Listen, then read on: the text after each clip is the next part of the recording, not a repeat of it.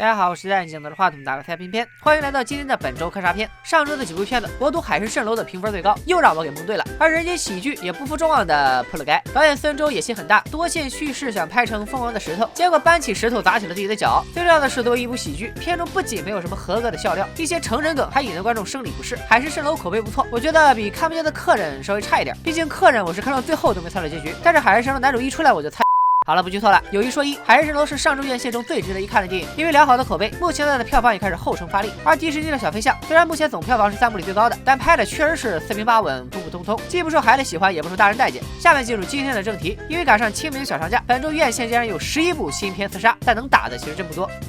雷霆沙旦，本周第一部值得去影院看的电影，讲述14岁少年比利·帕特森意外被古老的巫师沙旦选中，成为天选之人。只要他喊出巫师的名字Shazam，就能秒变超级英雄，还能喜提6大神力，例如给手机充电啊，随时随地现场蹦迪啊。沙旦的6大神力其实就是他名字的首字母 ，S 代表所罗门的智慧 ，H 代表赫拉克勒斯的力量 ，A 代表阿特拉斯的耐力 ，C 代表宙斯的神力，第二个 A 代表阿卡琉斯的勇气 ，M 代表莫丘利的速度。目前从预告片来看，沙旦除了第一个智慧啊，其他都基本合格。网友对沙旦的表述很准确，超人的能力加上小孩的心智，然后他就成了沙旦。作为 DC 最新的超级英雄，沙旦的定位有点像漫威中的死侍，搞笑的嘴炮属性简直点到了满级。What are your superpowers? Superpowers, dude? I don't even know how to pee in this thing. 不得不说，这种喊一嗓子就变身的设定，充满了一股子很 old school 的中二感，很合我这种80后的口味。目前该片在烂番茄上有93%的新鲜度 ，IMDB 8.3分。我觉得这期也不用猜票房了，肯定是雷霆沙旦第一啊！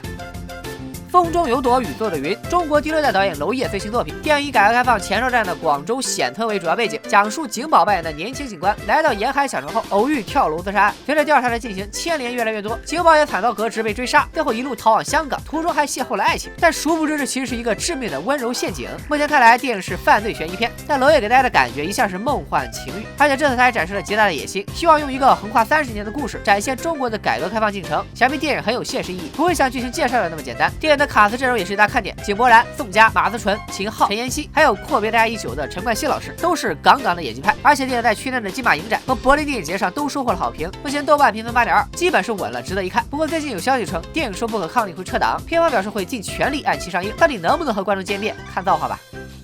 调音师，关注片片的小伙伴们都知道，这部电影我安利过好多次了。调音师改编自法国2010年的同名短片，但在印度人民的猜不透的脑洞之下，故事不仅没有落入俗套，还反转再反转，结局也是让人回味无穷。之前没看过别人解说的，可以先憋着去电影院亲自感受一下这片子的魅力。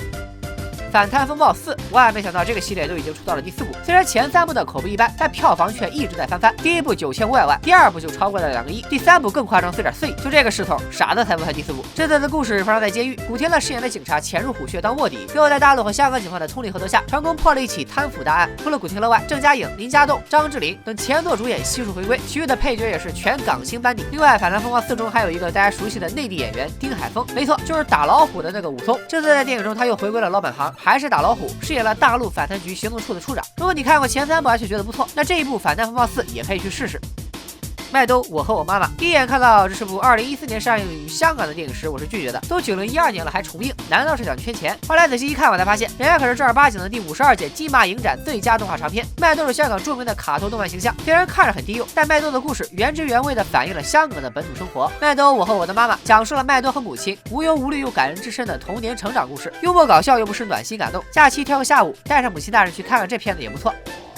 守灵，这部海报靠着中邪的守灵，经过多次改档后，再次官宣定档4月4号，一个看起来很不吉利的日子。电影制作很简陋，一句话概括就是2个演员3只羊1口棺材1间房，讲述了一个不大孝顺的儿子在为自己母亲守灵的当晚发生的一系列惊悚诡异的事情。但小伙伴们不要害怕，导演拍胸脯保证了，这片子一点也不恐怖，根本上还是讲了一个关于孝道的感人故事啊！我信了，所以我选择不看。